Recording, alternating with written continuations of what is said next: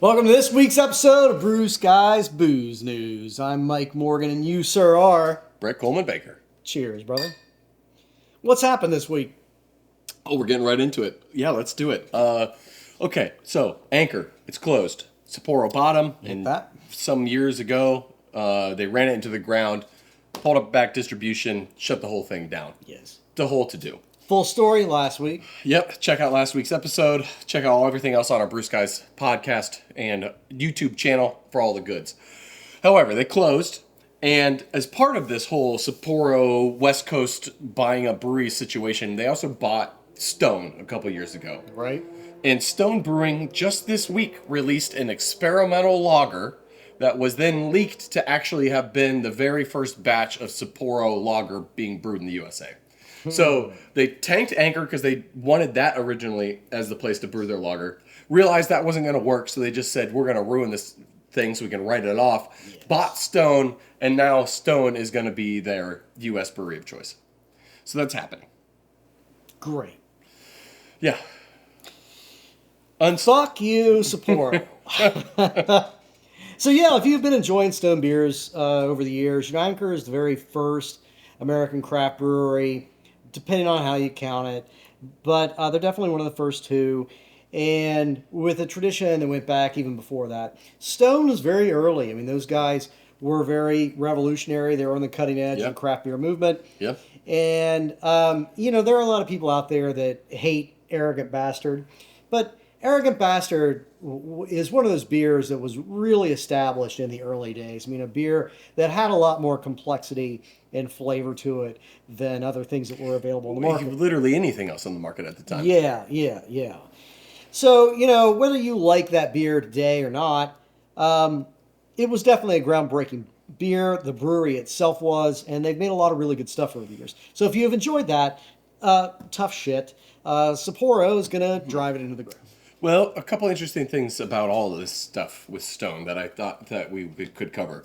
The first is Stone, they sold for basically half of what craft breweries traditionally go for, sales-wise. Yeah. Stone's doing about 300,000 barrels of beer a year. You normally sell for that into millions. So 300 million is what they would have been valued at as kind of a base level, potentially more depending on the IP and yada, yada, yada. They only sold for 165 million. So half a discount. So they were definitely way over leveraged, which I think is very interesting. Someone like Greg Cook, who talked a lot of shit about breweries selling out, ends up selling out for half the fucking price, which says to me is that his hand was played, he was out of moves, and he had no choice. Right. The other interesting thing I think about Stone is, and I'm curious to get your input here on this, is that how come Stone, who played the arrogant card, and you get to a point where arrogance just isn't relatable anymore. When you're the big guy, arrogance doesn't really relate. Mm-hmm. How come they failed in continuing to make arrogance relatable, where somebody like Brewdog, who pretends to be punk, who might have been punk at one point in time, but is decidedly not punk at this point in time, how come they can keep the facade going and not Stone? It's a good question. I've thought about Brewdog a variety of times, and I think that maybe it has to do with the fact that Brewdog's business model is different from Stone's. I mean, they were making their inroads into the rest of the country outside of their Oregon, right, originally? Stone? San Diego. Okay, California. So their inroads out of the West Coast was packaged. Brewdog is doing this whole multiple, relatively small scale brewery model where they're making faux breweries. I mean, they're technically legal brew pubs that they open in Cincinnati. They put a homebrew fucking shop or a homebrew set up in the back, and they call it good, and they make one 5-gallon batch a year that they dump. They make a few gallons of beer, and they sell beer that they make in an actual large-scale brewery. But they're maintaining this fiction that they're your local neighborhood brewery. I mean, they're kind of the Applebee's of large-scale breweries. I mean, they're 100% millennial Applebee's. Like, there's no doubt about it. Brewdog is millennial Applebee's, and I mean that with as much disdain as possible. It's not a compliment, you punk motherfuckers. Well, I think it's interesting, but Stone tried a similar thing. They tried to open up a bunch of different places. They tried to open up a hotel. All these things are what Brewdog did. But Brewdog had Europe and the 88 breweries that they have in Europe, 88 bars in Europe to help support their American, invasion. And in Europe, you don't have the 3-tier system. You could buy and own a bar and only carry your stuff and not have to pretend to be a brewery. And you don't have to worry about the 3-tier system. You can literally just, this is my bar, we're only serving this, and then that's the end of it. So I think they were able to leverage that. I just don't understand how people keep buying in to the punk thing when they are just not punk. There's nothing about them that's punk. I don't know. There's a lot of things about the American consumer that will and shall remain a complete mystery to me, and that increases on a daily basis. You know what Americans really do love, though? Sugar? You beat me to it. Yeah, they love sugar. I do love sugar. Well, in news of the obvious, what we thought was going to happen with Anchor is happening with Anchor. Our beloved Narragansett is actually putting in a bid to buy the rights to Anchor Brewing. Nice. The employees of Anchor, the old Anchor Brewing Union, they're putting in a bid to buy the rights. Nice. So Anchor's not going to go anywhere. I would love to see those two come together. Sapporo's going to suck. Legit, true American beer. Yeah. Sapporo's going to suck all the value out of it. They already have. Sure. They've sucked all the value. They're going to sell off assets left and right. They're not going to give a crap. And they're going to sell the brand to the highest bidder and then just be done with it and end up making money. Yeah, sure. Which sucks for everyone involved. But yes, it's good to see a good, solid American brewery like Narragansett and the brewery owner union of Anchor trying to get into ownership. Yeah. It's good stuff. Good. Good luck to you. Cheers to that. Europe. It's the inverse of the USA. I mean, because the toilet water swirls the other. Yeah, yes. You go across the GMT line and stuff happens. And, yeah. I don't know how to try to plug things in over there. There's sparks. How so, Brett? I was going to make a joke about trying to hook up with a European chick and the sparks and stuff. But it's not worth it. This is not this type of show. But if you want to see our porn channel, we don't make it. We just comment. It's like the science theater thing, but Bruce Guy's NPC, Mike's Porn Connoisseurs. Yeah. It doesn't exist, but I think it's a good concept, and I'd like to copyright it. Producer Adam, can you get on that, please? Okay, anyway, the inverse, Europe. Spirits are actually massively down in Europe. They're down about 7.5%. Beer is actually up about 7.5% in Europe, where it's literally the complete opposite, almost to the percentage point in the U.S. Interesting. Yeah. It clearly, there's a generational thing with beer in the U.S. Yes. And by the time we get into the 1980s in the U.S., we see this seismic shift to light beer. Mm-hmm. We then respond to that with the craft beer movement. But I don't know. I mean, I think that maybe we saw the peak of real craft beer happen pre-COVID. Yep. And although I don't think that seltzers are what Gen Z seems to think, the defining drink of their generation. No. I do think that we are seeing a cycle where we are once again going away from actual flavor.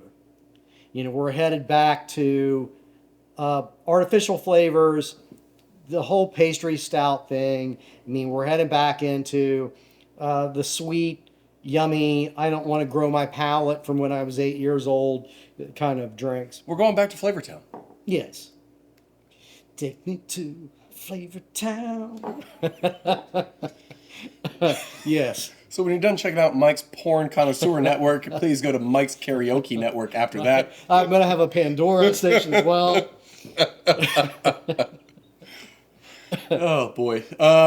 Yeah, there is definitely a generational shift happening. And it happens, it's always happened. Things come in waves. People drink That will never change. So don't worry, the sky's not falling. People will always drink. Ever since we've been recording data on alcohol consumption, it has been relatively constant through all time. So that's fine. Alcohol's not going anywhere. It's just going to be, what do people want to drink? Yeah. And that's just going to change. Beer will come back around.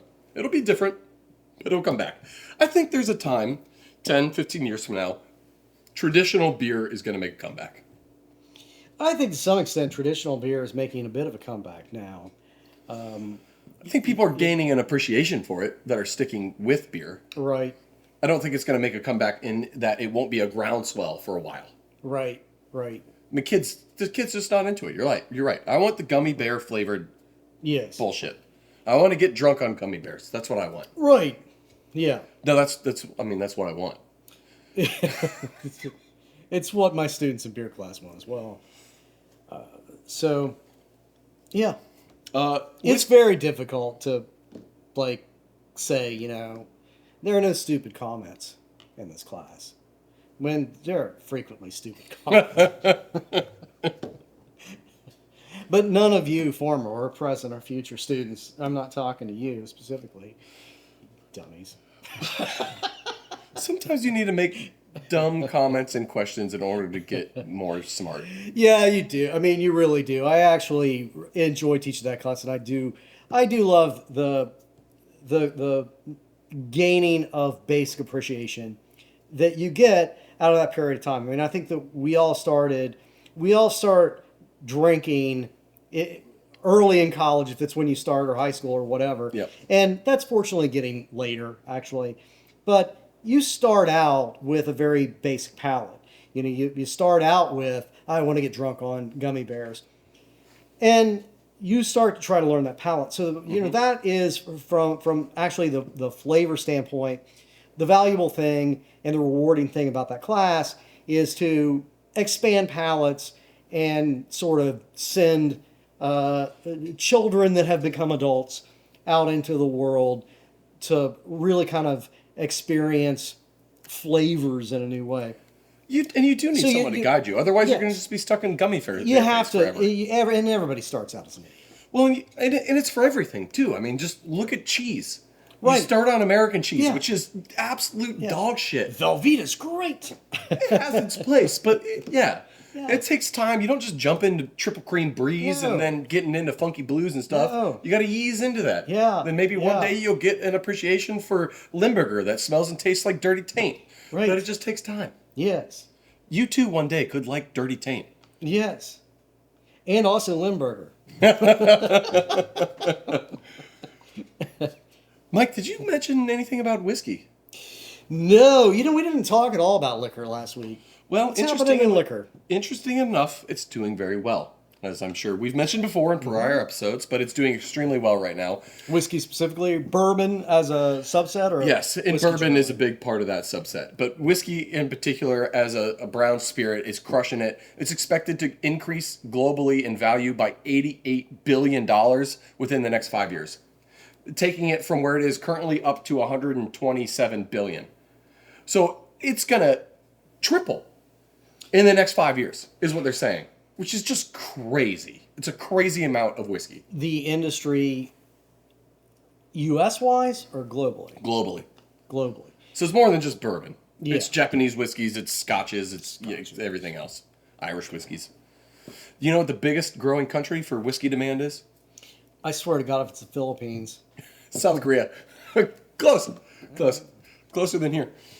Yeah. I meant to look up how many people are in the Philippines. These crazy statistics that you've given me about the Philippines being the biggest gin drinker, and they're one of the biggest tequila? Yeah. Second biggest tequila? 114 million, so I mean, that's a lot. Not nothing. No, it's a lot of people. They're still drunk as hell to constitute that high of a percentage of those consumption. Oh, it's impressive. I mean, it's got to be oppressively humid and hot there, though, so I don't blame them. Right. They've also lapsed into full dictatorship, so I guess there's a good reason to be drunk most of the time. That makes sense, too. And they, assassinate you for smoking weed. That probably helps. Have you ever wondered how you can invest in rare whiskeys and rare wines without being able to drink them? I swear to God, I was wondering about that on Tuesday. Well, guess what? Very question. You're in luck. This new company called Vint has just filed with the SEC in order to be publicly traded as a way to buy commodities in rare wines and rare whiskeys that you don't even get a chance to drink yourself. Nice. Yeah. So just rare, like really ultra expensive. Like $20,000, liquors. $25,000 bottle type shit. You can even put it in your pension fund if you want. Great. You want your 401k to be able to invest in a rare whiskey? Absolutely. You got it. I want the Teachers Fund of Ohio to go into that. It sounds like a spectacular business idea. Can't go wrong. Well, apparently the market sees about 8.5% return year over year for the past 30 years or so. So, not a bad investment, but why the fuck would you do it? You don't even get to drink it. What's the point? Well, it's an investment. I mean, I don't get to, like, fly a jet, but I could buy Boeing stuff. I don't understand the point of investments. I have money, I spend it. I put mine under a mattress. But I don't know. Actually, that is not as stupid of an investment idea as it initially sounded to me. Mm-hmm. I mean, what is growing? When you look at every economic trend that we're facing in around the world, I think largely, Yep. but specifically in the United States, every economic trend all comes back to the ultra rich getting increasingly ultra richer. That's a good point. So I like where this is going. the good beer, craft beer, it's taking a hit from the fact that people who actually work for a living are being squeezed tight and are saying, man, damn, it's hard for me to pay $10 for a six-pack because everything else I'm buying is going up. You know who's not hurting and who has to come up with new Brewster's Millions type of ways to just spend money? The 1%. So those assholes that can afford a $25,000 bottle of liquor, why not charge them 30 or 40? Because it doesn't matter. It's like the art market. When you're headed into that level, you're talking entirely about people with billions of dollars trying to find ridiculous new ways to spend it just to prove how rich they are. So I can see almost infinite growth in that. So this is actually a great investment. I'm going to buy some of this shit. As the rich continue to fuck us over, they're going to buy more fancy shit, so why not invest in them buying fancy shit? Yeah. That makes sense. If a beer goes from $6 to $7.50, you're going to see decline in sales. $25,000 bottle of liquor goes to $75,000, you're probably going to sell more of it because it's a higher status. Yeah. Yeah, you can splash even harder on the poor people. Right. Coca Cola has created an alcohol subsidiary called Red Tree Beverages. So that they can mix liquor with lots and lots of processed sugar. I'm going to invest in that as well. Well, if there's one thing we know Americans like, it's processed sugar. Well, MGP. MGP? Yes, those are letters. MGP is the distillery just across the border of Cincinnati in Indiana. They make more whiskey that gets sold to other brands and packages their own brand than any other distillery in the country. I don't understand what you just said. So MGP is a... So they're like a contract distillery? Exactly. Okay. They've been making and barrel aging whiskeys and other spirits for literally decades, and then they sell it to upstart distilleries, the distilleries that need more capacity, and they package under their own brand name and don't say where they got it, yada, yada, yada. They've been so a new distillery could start selling 7-year-old bourbon 6 months after they open. Or an existing distillery, if they run out of bourbon from 8 years ago, they can still sell that 8-year. Slap a new label on it. Exactly. Yes. So they've been killing and a bunch it. of people can sit around the bar and pay a bunch of money for it and say, oh, this is absolutely unique. Yeah, when it's not at all. That's what I love. Like, Whistle Pig, it's great bourbon, but it's like $200 a bottle, and it's no different than any other distillery that's buying shit from MGP. It's just got a dumb pig on it, and they sell it for $200 a bottle. It's literally the same shit. You're right. They're killing it, though. They're crushing it. They're absolutely crushing it. And they're expanding, and they're closing their original facility. So MGP started as an ethanol distillery for fuel.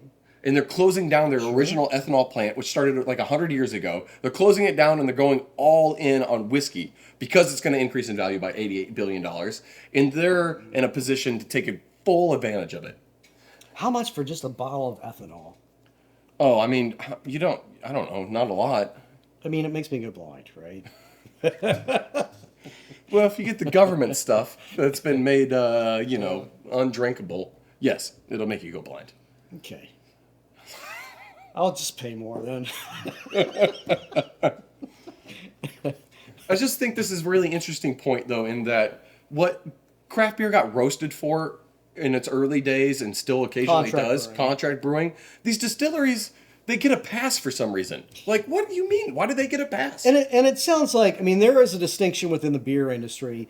Contract brewing is where you're renting the space of a brewery to come in, sometimes with your people, sometimes not, but you're brewing your recipes with ingredients that you're choosing on somebody else's system. Yes. So it's still your beer. Yes. You're just not having to invest in the infrastructure. Precisely. That's how Sam Adams came out of the gate making a really high quality beer consistently, because they weren't having to make beer and try to make it consistently and quality on some janky system that they made out. They didn't have to use old dairy tanks that weren't made for fermentation and blah blah blah. Right. So absolutely nothing wrong with contract brewing. It's actually a good model for starting up a brewery. But that is distinguished from what in the beer industry is called a liquid stream, which is where you take the exact same beer and just slap different labels on it. Yes. Which happen to a lot of regional brands around the country. Like MGD and High Life. Right. Yeah, like Hamm's is supposed to be MGD, Miller Genuine Draft. And I don't know, don't sue me, Miller, but that's my understanding. There are several that's been. Keystone is something, I forget what, but Keystone is something else. I think it's the bottom of the barrel piss. It's that, but it also is labeled under 2 or 3 other things. And like Iron City, I think, Iron City and Lone Star may be the same beer. It was Urn City. Urn City, yeah, when you're from Pittsburgh, I think. But yes. That, by contrast, is bullshit. Yes. It doesn't mean that those liquid stream beers aren't decent, watery yellow beers. I mean, and watery yellow, sometimes they're a hell of a lot better than a Budweiser. Sure. Nevertheless, they're not, they're the same beer. Yeah. They're the same beer that you're There's just no slapping craft there. No. You're just, the craft is that you made new artwork and new marketing. Yes. But you're not crafting anything unique. And that's the issue with this MGP distillery stuff. Because that's what they're doing. It's the equivalent of a liquid stream in the brewing industry. It's the same stuff and that you're slapping in different ways. It's not your recipe that got distilled and then aged to your specifications. You're just going to their barrel house and be like, I like that one and I like that one, so I'm going to buy those and then slap my label on it, which is bullshit. And this, as a consumer, you may not have been able to figure this out, but if you go to a distillery that opened 8 months ago and they're serving a 7-year-old bourbon, there's a tell. They didn't open 8 years ago and wait to open to the public until now. Yeah, right. Yeah, it's weird. It's weird that, and that's not to say those liquids aren't good either. Right. It's just very fine. It's just you're paying a tax to have a middleman. Right. That is only putting a marketing spin on it. They didn't make any of that. Yeah. They're not skilled. You're paying a significant upcharge for the label. Yes, that's exactly what it is. Consumer sentiment, it's rising. For just everything? Just consumer sentiment in general? It's not that it's rising in that people are happy about the situation. It's just that it's rising in that we're not freaking out anymore. Situation of what? I mean, in terms of purchasing yes, power? Or? Consumer sentiment around purchasing is increasing as a whole in America. And it's really only because inflation has stabilized. And it's not because people are like, yay, things are great now. It's like, thank fuck they're not getting worse. Right. So, yeah. Anyway, the globalists, be what they are, they were putting out information about how consumer sentiment, it's rising again. Things are going in the right direction in America. It's like, well... They're sucking significantly less. They're leveling off and they're going to get better. When you're flying in a plane and all of a sudden it starts crashing, you're going to be feeling pretty low. And if you survive the crash, your sentiment's going to be a little bit higher than it was when you were up in the air, plummeting down. Well, but that doesn't mean you're in a good position. It also doesn't mean we're surviving a crash. It means we're flying dangerously low above the ocean right now. But we're not crashing, and that beats the hell out of crashing. That's true. I do think a lot of things are stabilizing, and I've seen several statistics the past couple of weeks. I mean, prices for a lot of things have dropped. Construction prices, material prices, has dropped. So, a lot of things are stabilizing, and that's a step towards significant improvement. But it's not sunshiny out there yet. No, it's not. And speaking of lack of sunshine, Russia has seized control of the Carlsberg subsidiary in Russia. So they were still operating, obviously. Carlsberg, if you're not familiar, is a British-based beer company. They make crap, absolute dog shit tier lager in Britain. And they apparently were keeping up in Russia. And now their brewery has been seized by the Russian government. You know what, Carlsberg, for continuing to operate in Russia? Fuck you.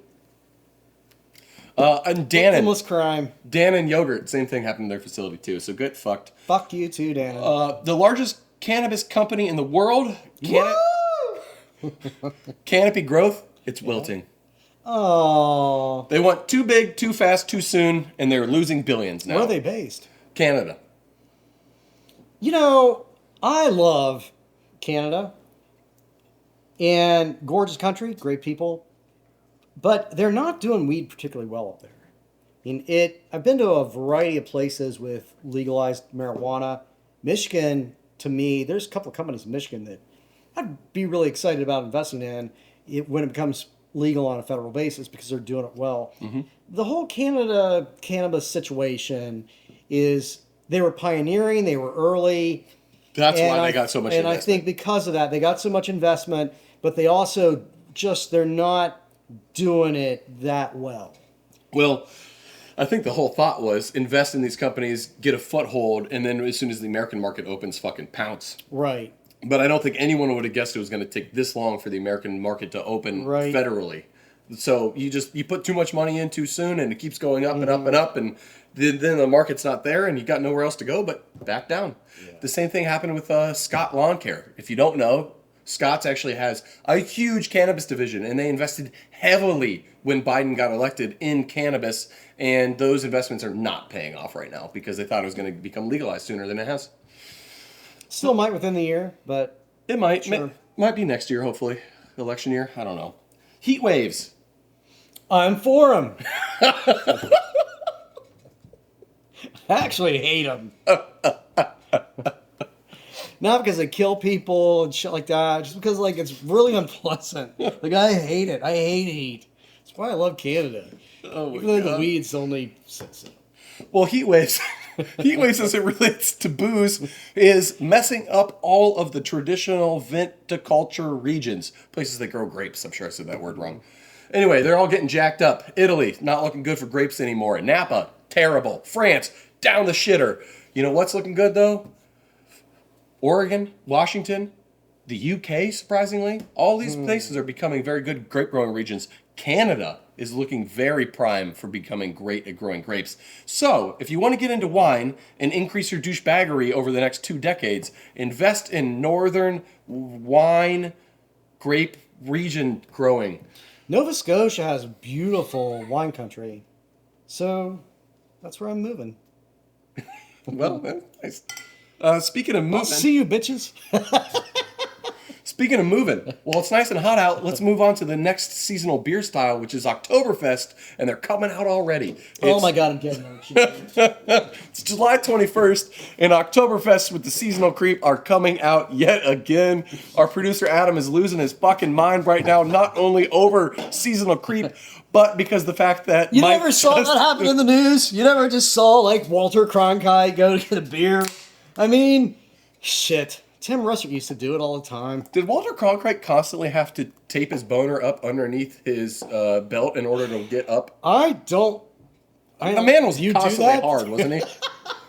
That's what I heard. Anyway. I don't even know where this comes from. Well, the release of the week I thought you might want to know is Gay Water. Okay. That's what it's called. It's the just like the ultra. That's a hell of a segue, I think. There. Just like the ultra-right beer that's come out in response to Bud Light being woke, gay water is coming out in response to Bud Light being anti-woke. So Bud Light is catching it on both ends, and hucksters on both ends of the political spectrum are taking advantage of a situation that doesn't need to be taken advantage of. Wouldn't it be spectacular if it's a liquid stream and it's the same beer? Oh my God.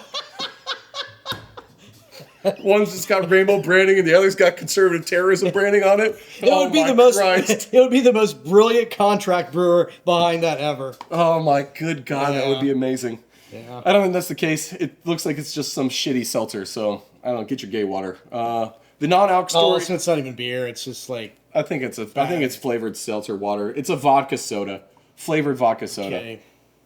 The non-alc story of the week. Did you see this about the Army military guy who was an E2, so he's an enlistee? He defected to North Korea. I did, in fact, notice that happened. Do you know what the chain of events that led up to it was? He got arrested for something, and then he was going to jail more in the United He fought States. someone at a strip club or nightclub in South Korea. There's several assault charges. Then he fought the cops that showed up to arrest him. Sure, as you do. And then the U.S. came to get him and take him back to the U.S. to, put his ass in the fucking slammer and dishonorably discharge him. Well, when he had assault, it's not that he was going to jail for life. No, he was gonna be fine. Well, he defected to North Korea rather than do that. So this guy, I feel like, is just a hilarious case of how can you make the most worst bad decisions all in a row? Double down. It's just double down. All of a sudden, now you're in North Korea. Bar fight, not a good idea, but it happens. Yeah. Attack the cops when they show up to arrest you for it. Definitely doubling down on stupidity. But you're U.S. military and you're probably going to be okay. Sure, you're going to be okay. Defect to North Korea. Now you're dead. They're going to torture the shit out of that guy. And I'm usually against torture. But, actually, I'm against it here. I do hope that... I do hope that we don't expend a lot of time and effort and taxpayer money on helping this guy. To me, this is a full-on international case of you made your bed, you dumb piece of shit. Now lay in your whatever bed of nails. Yes, your very cold cell with roaches for years. Okay, the question of the week. Thank you all. If you have any questions for us, please reach out to info@brewskies.beer. I know this episode was a continuation of last episode's descent into madness and depravity. However, we will bring it back. I swear next week will be even better than the last two. We'll be back on track. But if you have questions, reach out to us. In the meantime, we do have a question, so thank you. The question starts from Dave Shoemaker. Loved the save a brewery question. This one is the opposite, though. If you had one brewery you had to nuke from orbit that's in the U.S., who would it be and why? Oh, like an actual United States owned brewery? A United States brewery, not owned by the U.S., but if there's a brewery in the U.S. that you just want to see actual scrubbed gone, what brewery US would it be? Owned Yuengling. Oh, yeah. Yuengling's a good choice. Mm-hmm. Yeah. The beer's not good. The owners are shitbags. Yeah. Yeah. I mean, I kind of hate it because they're a business I'd like to root for, but yeah, terrible beer owned by terrible people. They got the history, but you're right. Yeah, I'd nuke Yuengling. I think that's the answer. The only other thing I could probably think that would even compare is the one of hundreds of breweries that are owned by basically sex predator fucking brewery owners that have taken advantage of people, which has come to light over the years. But I'm not going to say anyone in particular. But there's one of the ones you're talking about. There's a couple out there that just go the hell away. But Yuengling overall is actually that's the right choice. Yeah. If there is a right choice. As always, like, subscribe, comment. Please tell us how we did this week. I'm sure it's going to be bad, but we'll be there to take your floggings in the comments. Say, Mike, Brett, you guys suck. Get your shit together. We'll say, okay, you're right. Next week we'll be showing up in our leathers and we'll be doing our best. In defense of us, it's really hot as hell in here right now. It is. I'm sweaty. My butt's sweaty. My taint is stinky. If you want to check out more, hit us up on the brewskies.beer website. Check us out on wherever you can find your podcast. Please support us because we need it or we're going to just keep getting worse. If you haven't had enough taint references. Taint Have a good nothing. week. Taint nothing like a good beer. Ain't nothing like good beer. Love you, people.